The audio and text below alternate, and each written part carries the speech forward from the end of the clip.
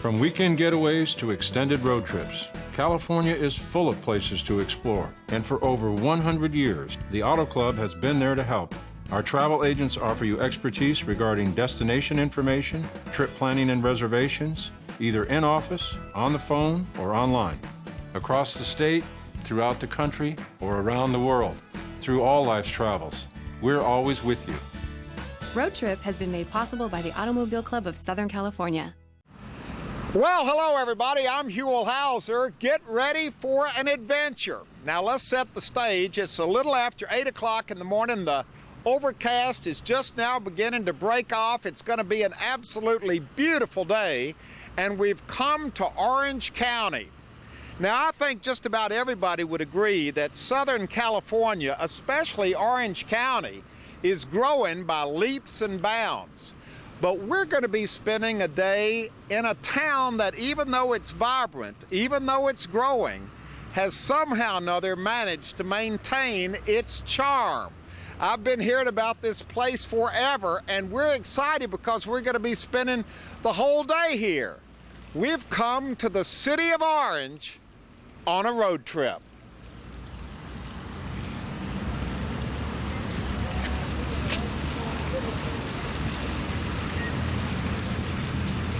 Okay, we are starting our adventure. We might as well start it right here in the middle of town. This is actually called Old Town, isn't it, Phil? This is old downtown Orange, the original part of town. Okay, he would know because he's the local historian. Your name is? Phil Brigandi. And you have agreed to kind of spend some time with us today to bring us up to speed.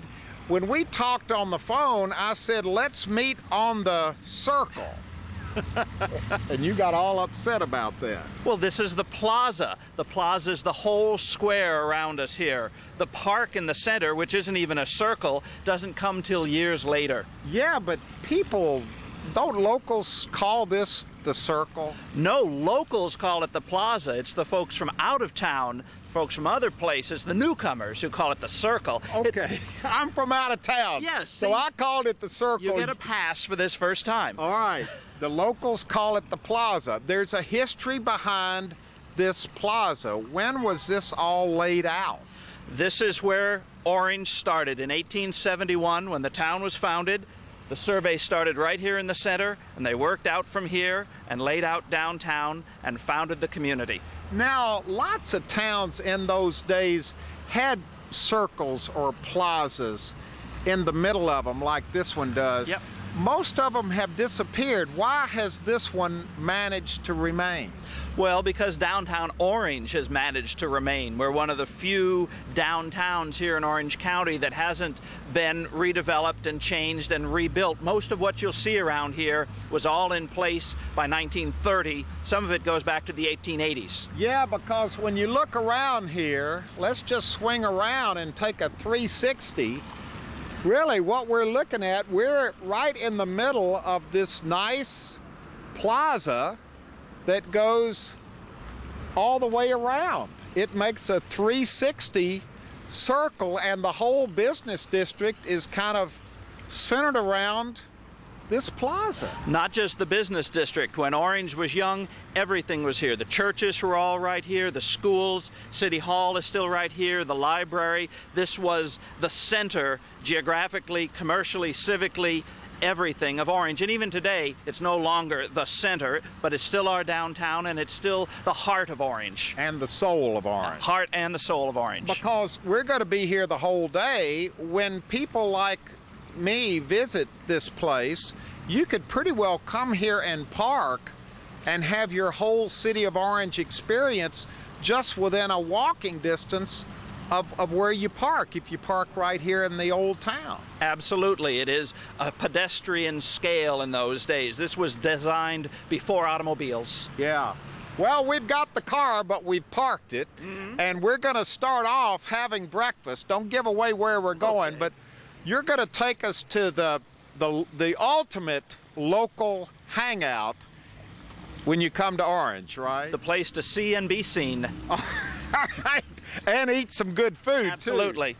All right, now before we leave, there's a story about this fountain, too, isn't there? Well, this is the new fountain. This is only from 1937. Uh-huh. The old fountain has just been restored. We'll show you that later today. But the plaza has had a fountain in the center since 1887 to mark the center of town. Wow, so this is literally keeping history alive. It's been here since the earliest days, and it's still here today. Right. Once the park was laid out in 1886, the women in town said, we need a fountain. And so they raised the money and bought a fountain. It was replaced by this one in 1937. But this is just part of what is the center of downtown Orange, this beauty spot they wanted right in the middle of town. All right, you've given us the history lesson. Now it's time to go eat. Okay, we're finally here for breakfast. We have come to the classic place here in the city of Orange. Your name, sir, is? Scott Parker. Okay, tell us about this drugstore, because this is the place that everybody says you have to come when you come to the city of Orange. Well, we've been here since 1899, so you get famous after you've been a place that long. We've been here 108 years. It's been in this building exactly. It's moved from this side here to that side or whatever. The last major remodeling was in 1948. Mm-hmm. So that's why the appearance seems to be 50s or 60s. Well, that's been very good to you over the years, hasn't it? It has been, yes. During the 70s and 80s, it kind of took a nosedive, but then 90s, it got popular again, and people like the 50s and 60s. And is this a real drugstore? I mean, yes. it's the way drugstores used to be, with the the drugstore part on one side and the counter and the tables on the other. We have we do prescriptions on the one side. We have gifts and sundries and candy and those items, and then we have the food and the soda fountain. And on this side, we do 200 prescriptions a day. We do delivery service and the whole thing that they've done for years and years. Well, the difference, though, when people come in to pick up their prescription here, they probably stay for a chocolate malt or something. Yeah, it helps us over on that side because they have patience, because they're having something to keep them occupied while we're doing their prescription. How has this place remained when so many drugstores all over California have, fallen away? During the 70s, we toyed with the idea of removing this part, putting in cosmetics, but because we didn't have enough money to change anything, we just waited it out. History caught up with us. Yeah, in a good way. Right. Okay, I've met up with two ladies, and we're going to do this interview looking in the mirror, ladies, so let's look in there for the interview. What's the deal? Are you locals from the city of Orange? I'm actually from Santa Ana. Uh-huh. This is kind of strange doing an interview in a mirror, isn't it? Let's look at each other. Where are you from? Actually, I am from very local, but when I got married, we moved to Santa Ana, and here we are. Well, what are you doing back here at Watson's having breakfast? Coming back to the old stomping grounds, I guess. It's a special spot. This is a very special place, and when we want to get together, this is where we come. Yeah. It feels really good and community, and it's homey. Now, when you say it feels good, what do you mean by that? It has, an old-time flavor about it, and it's just the food's good, the service is great, and it's always the same people working every time, So. And it probably hasn't changed that much over the years, has it? No, not at all. Job. Yeah. New paint job? But everything else is the same. It's all the same. We've come over here by the old jukebox. Now, they're looking at it like it's something out of a museum. We know about that thing, don't we? Absolutely, and now it costs a quarter. It used to cost a nickel or a dime. Now, you're sitting here right by the jukebox. Are you a regular here at Watson? I like to come here every now and again. I've been out of town for a month, and I was longing for one of their breakfasts. Watson's omelet is the best one around. Really? For breakfast. It's called Watson's omelet, and you can see it's got everything but the kitchen sink in it. And you don't have to get potatoes, you can get fruit. So you can be healthy. Absolutely, and you can get rye toast. Well, I'm drinking a chocolate milkshake, a malt, for breakfast. Isn't that fabulous? Yeah. Now what you need to go with that is one of his patty melts. And then after the malt, also the next time you come in, you got to get a phosphate. Now you may be too young to remember phosphates. They have phosphates here? They have phosphates here. And my wife and I used to come here, and she'd have a phosphate. I never had one of the silly things, but she likes them. Next stop on our road trip, we have left Watson's, and boy, that was a great breakfast I had. Shake. A great chocolate shake for breakfast. Phil has brought us about a block to this.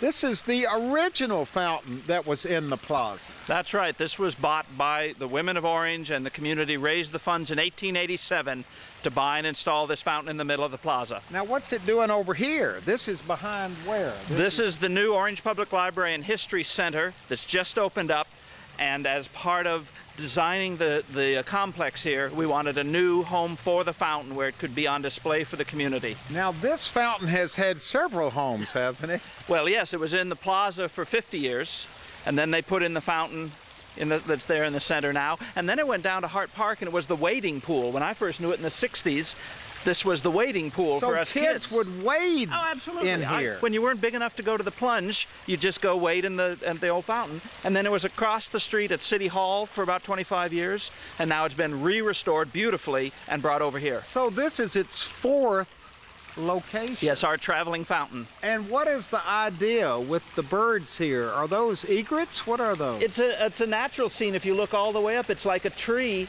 coming up. You can see the bark coming up and like the leaves coming out. Birds? And the birds that nest on it. And so it's naturalistic. A rock at the base. You get the whole 1880s natural scene.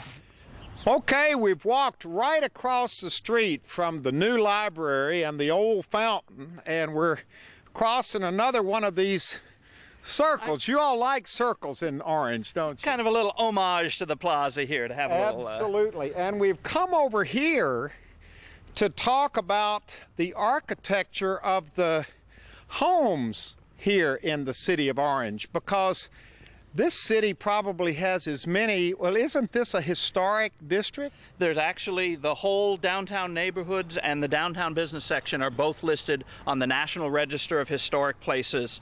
There's something like 1,400 pre-World War II homes in Orange. Now, are these craftsmen? What are we looking at right here? This, I think, is a pretty good example of what I'd call a California bungalow. But we have craftsmen, we have Mediterranean, we have Victorian, we have this range of styles from the 1870s on into the 1930s and 40s. Well, look across the street. Yeah, what is this one? This is a beautiful house. Yeah, it's got some craftsman elements to it with the extended beams and things like that, and the natural materials. See the fake stone porch, and of course they've done the chimney up that way. Now, how many homes like this are in this town? Well, if you say up through World War II, there's about 1,400 homes. Wow. Yeah. And Orange, you see, was a very middle-class community, so instead of having a few big mansions, we have row after row and block after block. Yeah, because look, this goes all the way down this side, then look, all the way over here, it's just one house after another, all the way through, and again, you just think, boy, it would have been so easy over the years before people really realized what they had, for these to be torn down. Well, and what they have is not just the houses. What they have is the neighborhoods. That's one of the big things that attracts people to downtown Orange, is not just to come live in an old house, but to come live in a neighborhood with trees and kids and a library and parks and all those things that make a place a community. Look at this. We have just come right down the street. Yep. And everywhere you look are these beautiful old houses. Yep, this is my hometown. Everybody's happy here in the city of Orange, including you, because you live in this house right over here. Uh-huh. Tell us about this little house. Look at this. Well, this house, where I've lived since 1970, was built in 1917, and it was originally the parsonage for this chapel. And one time, about 10 years after we moved in here, got a knock on the front door, and somebody said, "Hi, you don't know me, but I used to go to Sunday school in this house. Can I come in and look around?" It's that kind of a town, isn't it? Yes, it is. And right here on cue, I'm not sure where the bells, I don't think the chimes are coming from this church, but this is an old church. What's the story on this? This is the old Trinity Episcopal Church. It was built in 1909. Philip Froman was the architect who was later architect of the National Cathedral for years and years in Washington. Wow, what a beautiful, beautiful structure. And right next to it is the parsonage, the parsonage. So you've got this wonderful juxtaposition here of history being preserved. Exactly, and the chapel is still used as a chapel and used for meetings and other functions here downtown. So it's not a functioning church There's anymore. not a single congregation that uses it. Trinity has moved to a new building. Well, of course, you wouldn't tear it down, not in the city of Orange. Not in Orange. I keep calling it the city of Orange. Well, sure. Is it the city of Orange or Orange? Well, we are a city. We incorporated in 1888, but because it's Orange County, some people, you know, they get a little confusion going between Orange County and City of Orange. So should I say we're in the city of Orange? Whatever feels comfortable.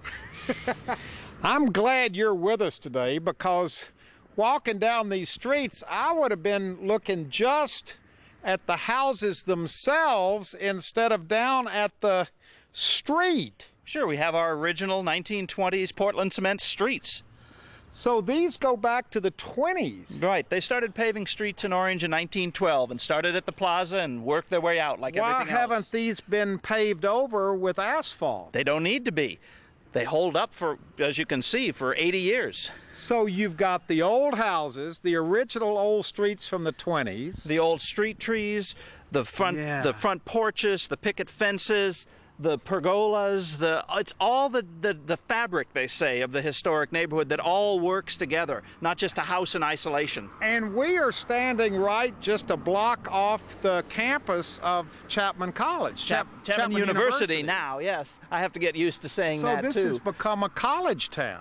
Yeah, they came here in 1954, moved into the old original Orange Union High School campus, which most of it's still there, and then all their new buildings that they have built. How many students are we talking about? Thousands. I don't know the exact number. So that's kind of added to the flavor of town, definitely part of downtown. Well, we don't have time to go on the campus today, but boy, we're sure taking the time to look at these houses. There's not a clunker in the bunch, Phil. No, it's just, you can see why people are attracted to it and why it gives people a different image of what Orange is. We met a homeowner. Nice to meet you, nice sir. To meet you. Your name is? Leeson Pomeroy. Okay, what are you doing here? You got one of these nice old houses and you're fixing it up. We did an addition on the back, a garage for our much needed storage requirements.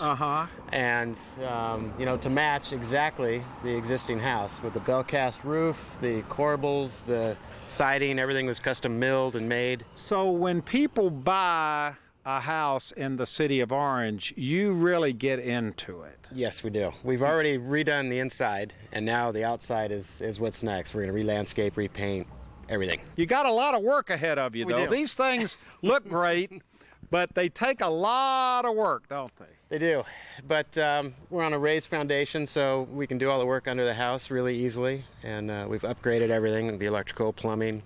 It's a modern house in a 100-year-old skin. How does it feel to be a part of all of this? I love it. We walk down, we have dinner right there by the plaza, and I'm in Old Town Orange. We've been here for almost 5 generations. Actually, it is 5 generations with my kids now. So, wow. Yeah. So people stay here.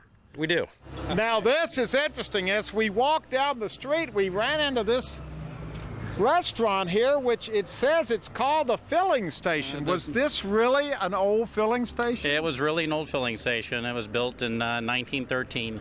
And how hard was it to make it into a restaurant? It was pretty hard. It stopped being a station back in 1969, and you know, the funny thing about the building is it was literally a concrete floor back in 1913. So the building slopes about 6 inches from back to front. Well, that adds a little character to it. Adds a little character, but a lot of fun in leveling out the pancakes and everything else that you make. And it has become another one of these places to eat when you come to Orange. It's become a wonderful place. Is it a good place to run? Are you having fun? Always having fun. Yeah, but it's really my wife's place, and you just work here. I just work here. Well, congratulations. Your name is? John. Nice to meet you, John. Same here. And the name of the place literally is the filling station. The filling station, yes.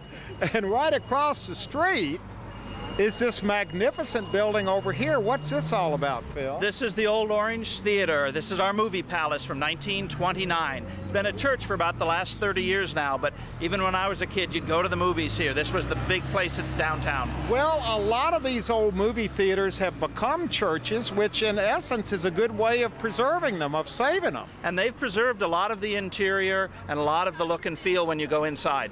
Okay, now we've seen restaurants, we've seen homes, we've been to Watson's, but also downtown are lots of antique stores. When did Old Town Orange become the antique store capital of the universe? Or Southern California, anyway. It really in the 1970s took off. As a lot of the other older businesses were moving out, we started getting the antique dealers moving in, and that was really the backbone of downtown Orange for many, many years, was the antique business. So this place literally is packed with antique stores. That's quite true. How does this work crossing the street? There's a policeman right there. Is it okay? Very good. I just want to make sure he's sitting right here. How does it work in Orange? There are not any lights here. How do you know when to cross the street? Oh, a lot of stop signs. A lot of stop signs. Are there many jaywalkers here? Is that a problem? Not a whole lot, no, not at all. So no, things are peaceful in the city of Orange. This is a very peaceful city to work in and to live in, both. Well, that must be great for you, to work in a peaceful city. Absolutely, absolutely. All's right with the world. All's right with the world. Your name, sir, is? Jeff Gray. And I'll be sure and use this because I always want to stay in good with the police. All right. Nice to meet you. They are nice policemen here. Oh yeah, this is a nice town. People like living here. People live here because they want to live here. Ah, how are you doing? I love you. Thank you. Boy, they're friendly people all over the place. Children all over the place. So it's really kind of, I mean, it doesn't get any better than this, does it? This is what a town is supposed to be like. This is a place people can feel connected to. Yeah. Well, it's got a nice, boy, this has got a nice feel to it over here. Then you got a little Mexican grill here.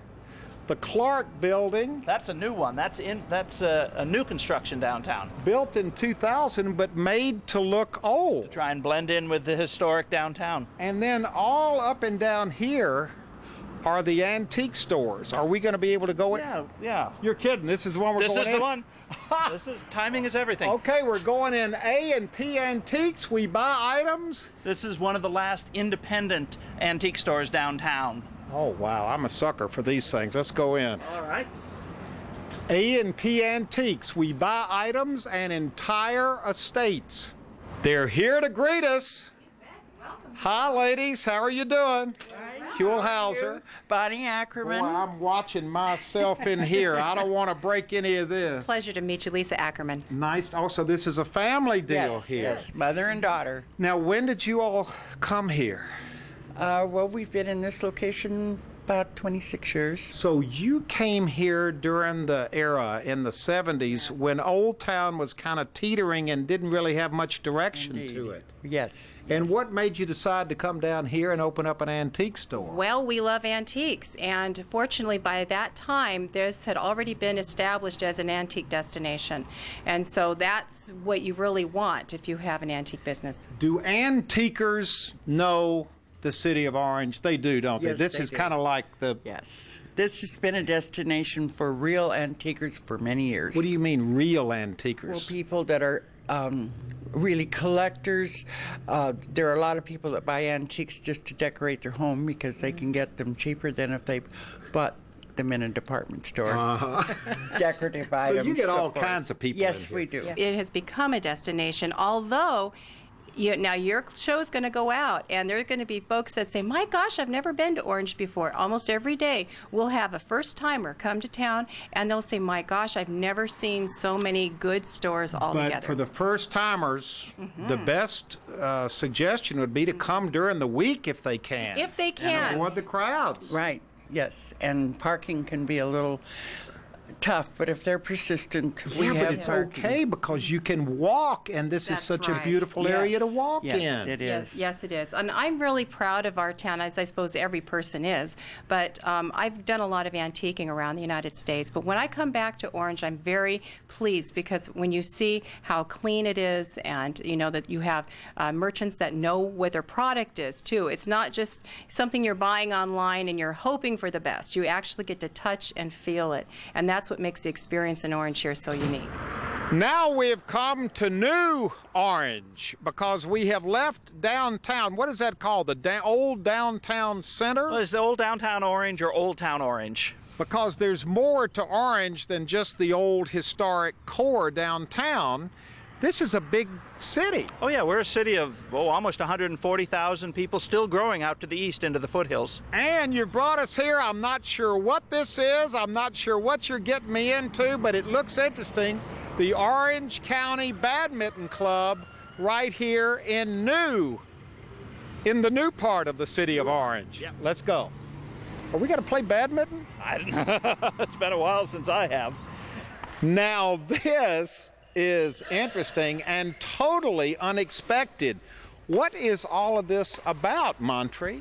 Well, this is my family's badminton club.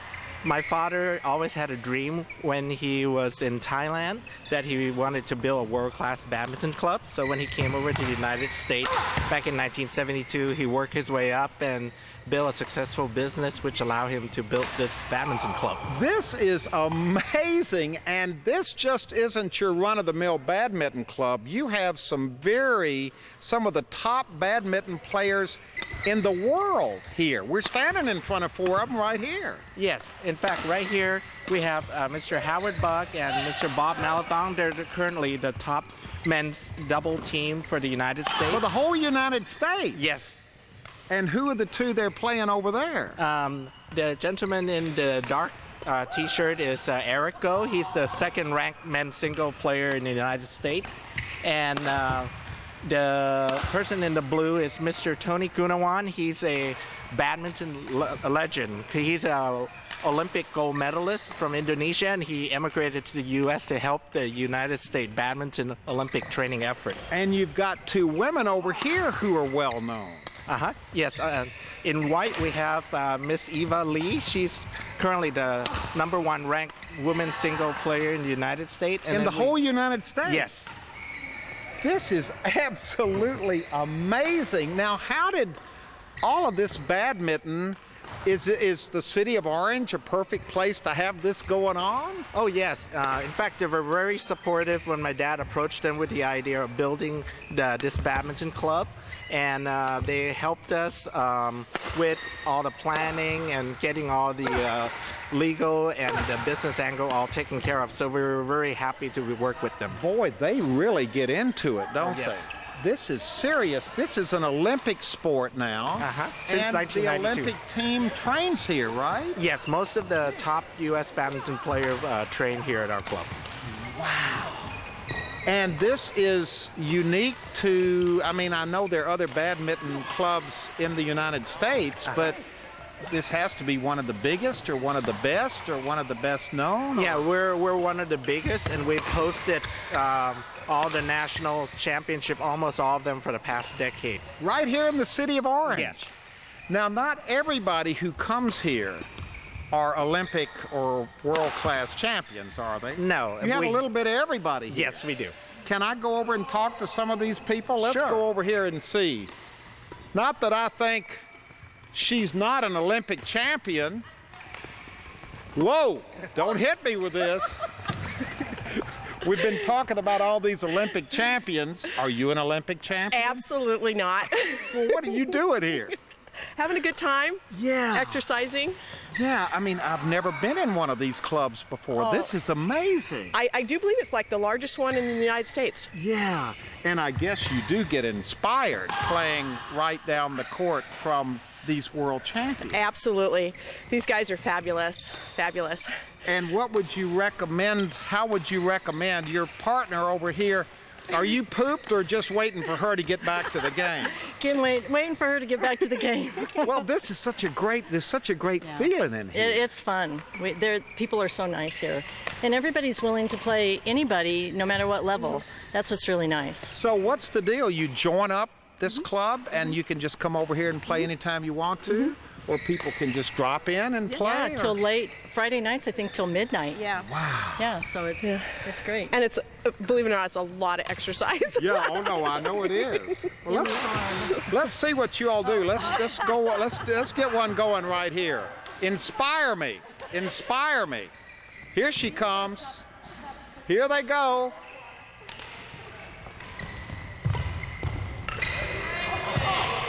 You know, I think I played a badminton game like this in my backyard when I was a kid. I believe you probably did.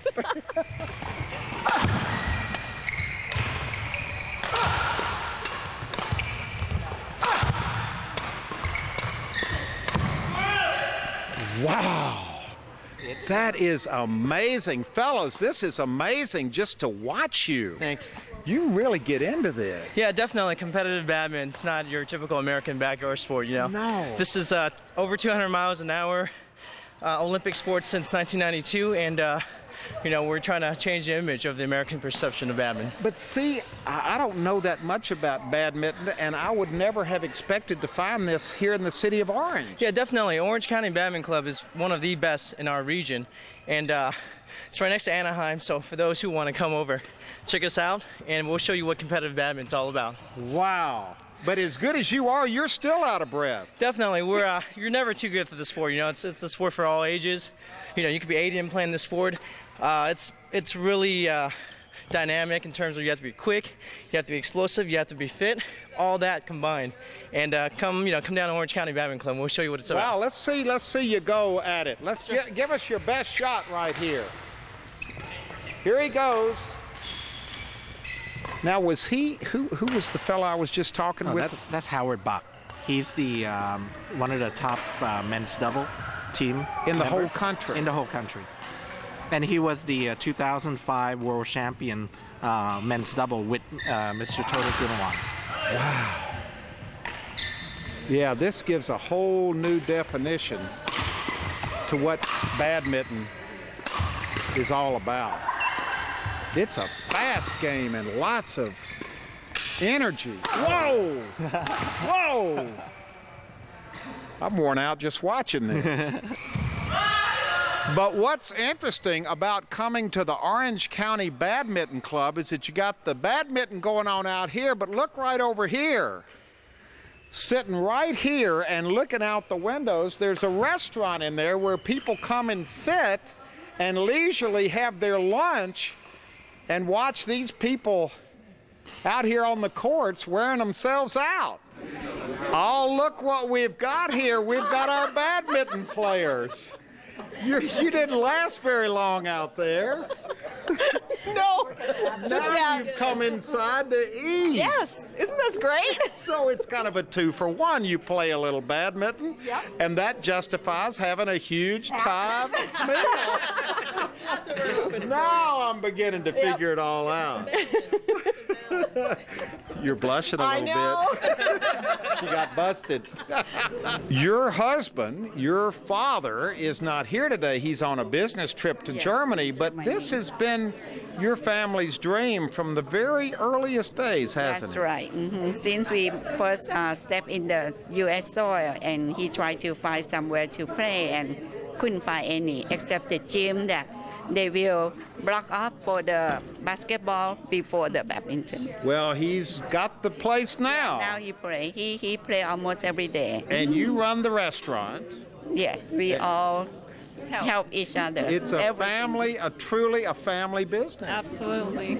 And what about locating it here in the city of Orange? This seems like a wonderful marriage. It's city of Orange is very, very lovely city, and it consists with almost everything. And you have the old town and the badminton club and everything else combined together. And we are very lucky that we live in Orange. Wow. Well, I'm going to come back not only for lunch, but maybe for a little bit of badminton. Please. Because everybody is welcome here, right? Oh, yes, everybody. No matter how good you are, how bad you are. Oh, yeah. I myself, I don't play that much, so you can probably beat me. Boy, it's a beautiful day for a walk, and we have walked about 9 blocks from the center of the city of downtown Orange. The birds are singing, all's right with the world, and we have come here. We've been met by a city official.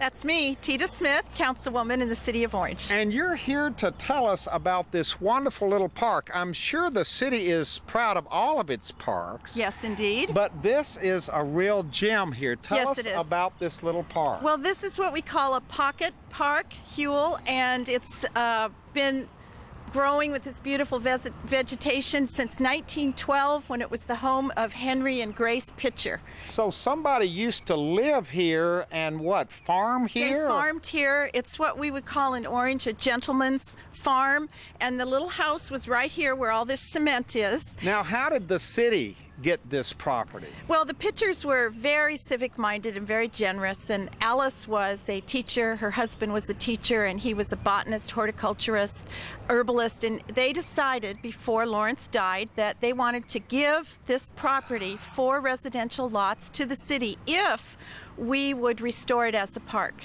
And so in 1988, Alice Pitcher gifted this property to the city of Orange. And it's just a little park. How big is this? Oh, it's just under an acre. It is a little park, but it's got a lot going on here. Boy, it's got a lot going on back here. Yes. This is, look at this little hidden part of the park back here. Right, and we have weddings back here if folks are interested, and it's open for people to have small parties and things like that. It's just a beautiful community park. Now this is what, a big old avocado tree back here? Yes, actually 3 of them.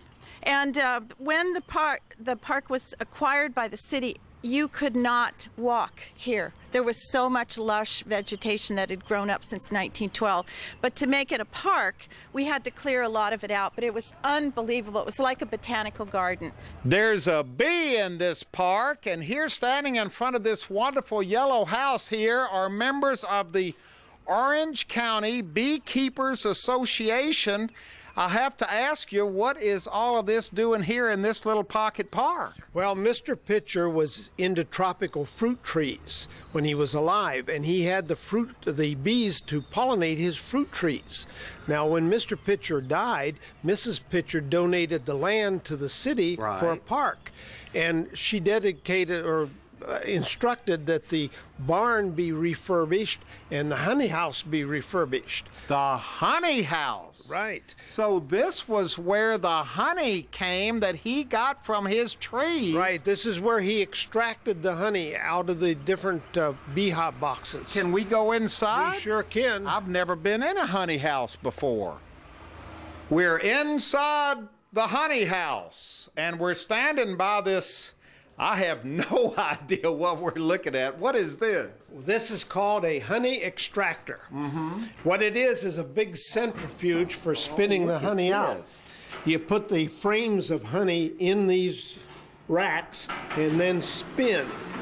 And the honey flows out of the rack onto the sides and flows down and comes out the opening over there. So would this have been here when Mr. Pitcher was living here? He built this. He built this? Yes. He designed this and built it. So he was a bee man. He was a honey man. He knew what he was talking about. Are you a bee man? Yes, I am. I'm the club's equipment manager. So you have to keep this tuned up. Yes. Are you a bee lady? I am. Now, what is a bee lady exactly? Well, for me, it started with a cardboard box.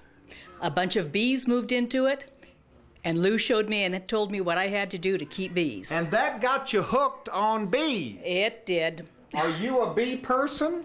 Well, I'm the treasurer of the club. Oh, well, that makes you a bee person. And didn't you have something you wanted to show us? Yeah, talking about the extractor here. This here is a decapping knife, and the way this works is you use this to cut the top off the honeycomb so that the honey can be released before putting it into the extractor here to be centrifugally spun out. Wow, this is all so interesting, and all of this is available for people to come in and see, isn't it? Every Sunday from noon till 4. All you ever wanted to know about bees and honey. Well, we try to tell them everything. I mean, well, it's part of the heritage of this town. It is. It is. These fields were full of orange groves, and of course, without bees, you're not going to pollinate the oranges. So it was necessary, and it was part of the town's history, yes. Huell, this was planned for your visit, the beautiful flowers. Boy, this is spectacular right here. Isn't it nice? And the reason you mentioned that the flowers were planned is because over here, this wasn't planned. This wasn't planned. No, this is an example of the best laid plans gone astray. What is this all about? Because I think you probably have the explanation. Yes, this was actually delivered to us to be tilled into the soil to help enrich it, to help the fruit trees with the nutrition that they need. And we've chipped away quite a bit, but we haven't got through all of it. Hopefully this Saturday we will do that. So this is basically fertilizer here, right? This is in fact fertilizer. It's called Synagro. And you can get it from your waste treatment facility. And why are you here telling us about it? I'm involved with a group called Leadership Orange, sponsored by the Chamber of Commerce. And as a group, we pick a project each year. And this year we decided to help put in some effort to make this park look a little nice. Pitcher Park. Pitcher Park, correct. Did you know about this park before this project got started? I learned about the park through the different classes that we did with Leadership Orange. And while we were kind of searching for a project, you know, I am an amateur botanist myself. I have rare fruit trees in my backyard, and this sort of called out to me. I felt like a connection with Lawrence and what he was doing here. So I felt like this thing kind of just called out to me, and then everybody else kind of got behind it. And it's been a really wonderful project with a lot of energy. Our local Rotary Club's been involved. The California Rare Fruit Growers have been involved. And top of that, the Leadership Orange Group has been involved. So we've had great turnout, great positive energy. Well, congratulations for what you're doing. And speaking of things reaching out to you, the aroma here is kind of reaching out to me right here. Let's walk over here on the other side of this big pile of fertilizer and meet you. Introduce yourself to everybody, because this is a beautiful setting here. Thank you. My name is Doug Mochizuki.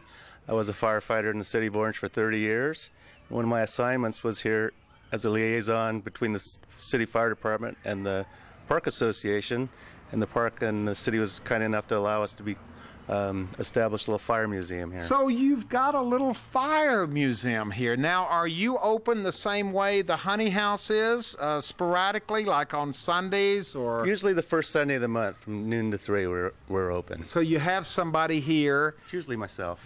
You're here to explain all of this. Yes. Because there's never been a fire museum that the kids didn't like to walk through and look back and recreate the way the history used to be with the old fire truck. That's very true. The children really have an affinity for firefighters. Is most of this memorabilia from this area, so it dates directly to the history of Orange or this part of the county? Yes, just about everything in the museum is from the city of Orange. In fact, our showpiece is this 1907 hand-drawn ladder wagon that was purchased by the Orange Volunteer Firemen's Association for $340. A blacksmith in Santa Ana actually handcrafted it. Wow. And the city used it for many years until about 1912, when they got a motorized piece of equipment and they started pulling this behind. What was this right here? Well, this is, you know, in the 1900s, our electronics weren't what they are today, so you'll see pictures of... Can you blow that thing? Well, it's for shouting orders. Ah, put the water over there. Exactly. Give us an order. So we didn't lay the line. So we didn't have our radios and that type of thing. Yeah. So they had used these types of things. And you got the bell here. Yes, we do. Fire trucks coming. That's right. Now, the Pitchers didn't have any fire equipment on their land. How does this tie in with the old farm that used to be here? Well, this portion of the building was a workshop and barn, and one of our firefighters, Gary Conniff, worked the city and the foundation to secure this area for us to have a small fire museum in town. So he talked the city into adding the fire museum in this old, I guess this would have been a barn or whatever, that would have been on the Pitcher property. Correct. This building is a replica of the building that was originally on the property. And it all comes together. And it came together wonderfully.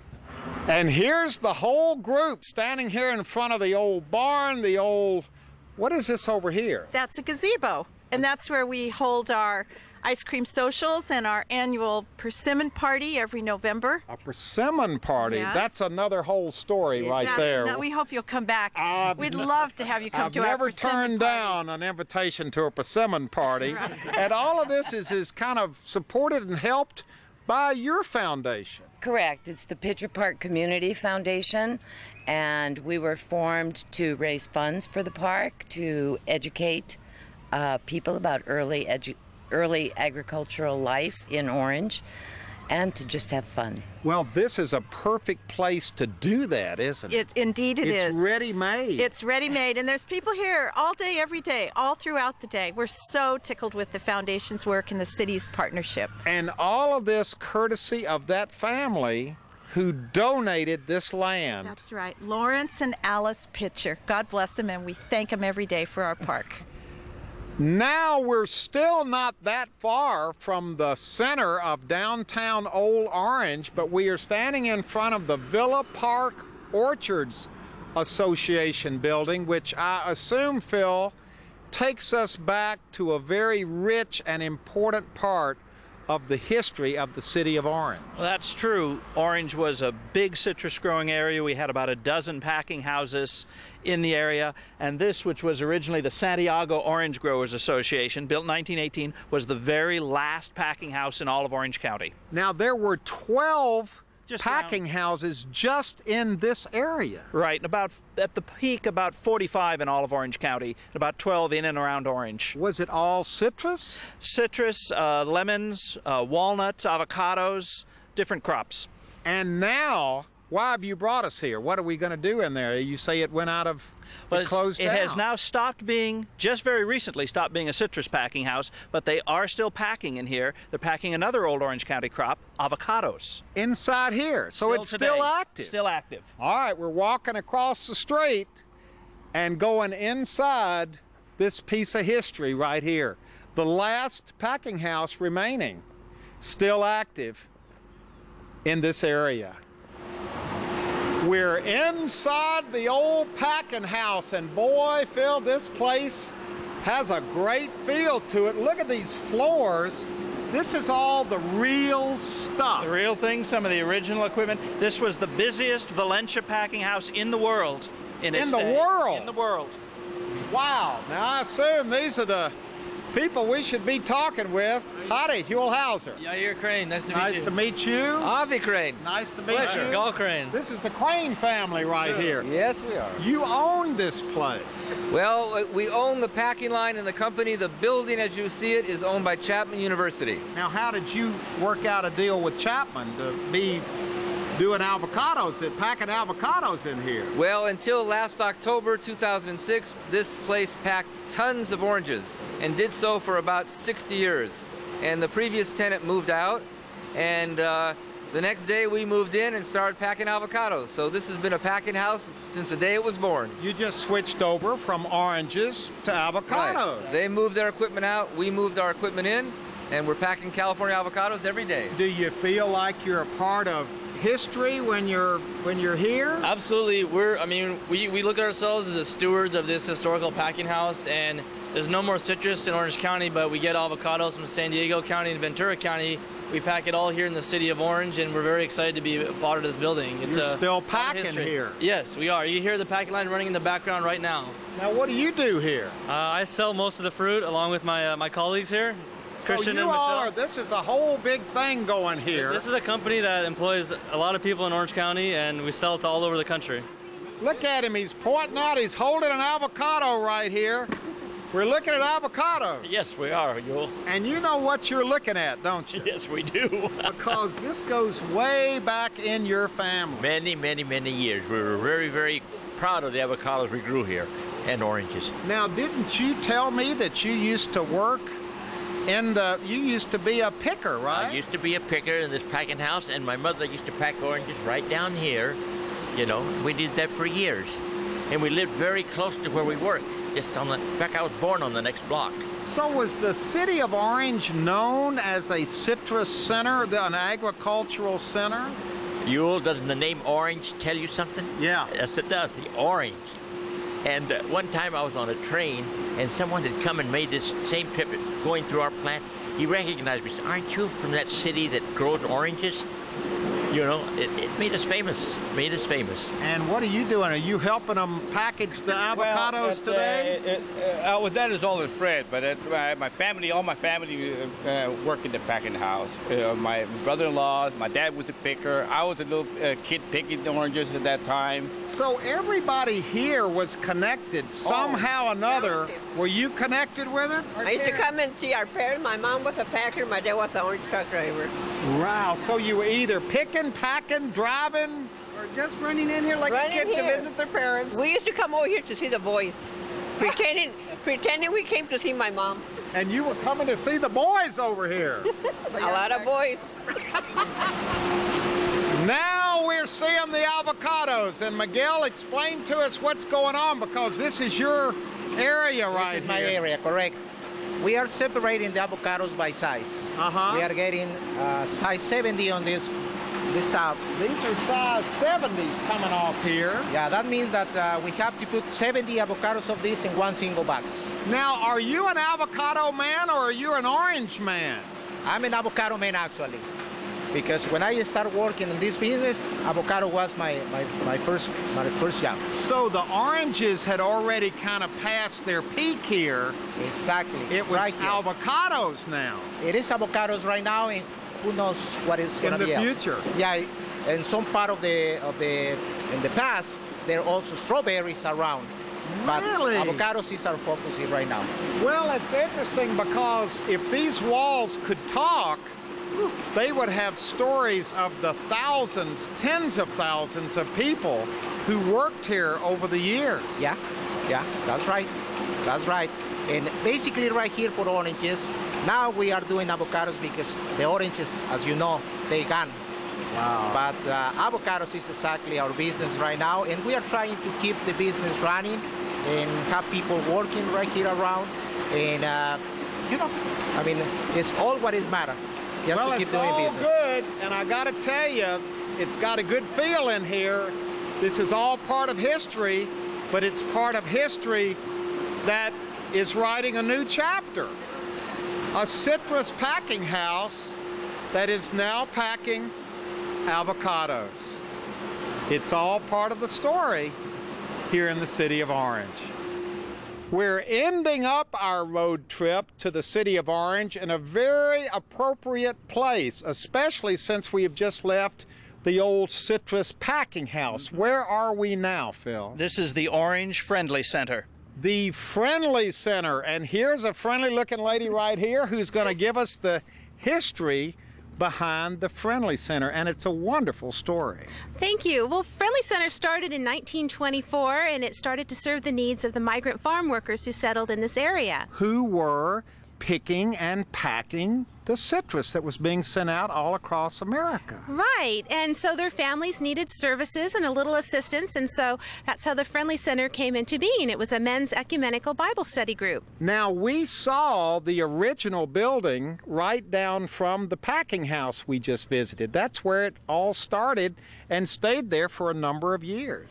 Yes, it did, until around in the 80s, it moved over here to the park. And you've built this beautiful new facility, but you've kept kind of the same motif as the original building. Very historical. And you're still serving the community just like you were when you started back in the early 1920s. Yes, with emergency services, food programs, youth tutoring, senior citizen hot meal program, a variety of services. Wow, and we have a guy right over here who I bet remembers the original, don't you? I do, and I was about their size, about the most littlest one. I was born across the street from the Friendly Center. So I've always boasted that I am a product of the Friendly Center. And I've been here in Orange all 85 years and married to this lady nearly 65 years here in Orange. And the Friendly Center has been really providing an amazing service since those early days. That's right. Do you remember what it was like to come to the Friendly Center? It was just as friendly as it is now. Not as big, just as friendly, but all the services that they render now, they rendered then. Important services. Yeah, very much so, especially for workers that work here, we're seasonal workers, and it was just a little piece of heaven right here. Wow. Well, you said it right. This is a little piece of heaven. The Friendly Center. Phil, come on in here, because you've been our tour guide today, and you know, we were going to end the program kind of where we started it, in the plaza, in the center of the town, but I think this is the best place to end it because it's got history. It talks about the people of Orange and their commitment over the years to help each other. And it all ties together. It's part of the community, too. This is as much Orange as any of the other neighborhoods we've been in. It's all our community. Wow, what a wonderful community. You all are so lucky to live here, and we are so lucky to have spent the day here. I would encourage everyone to come visit this wonderful place, this wonderful city, the city of Orange in Orange County, a city filled with history and a city filled with friendly people. Give us a wave. We've had a wonderful time on our road trip to the city of Orange. Goodbye. Come back again.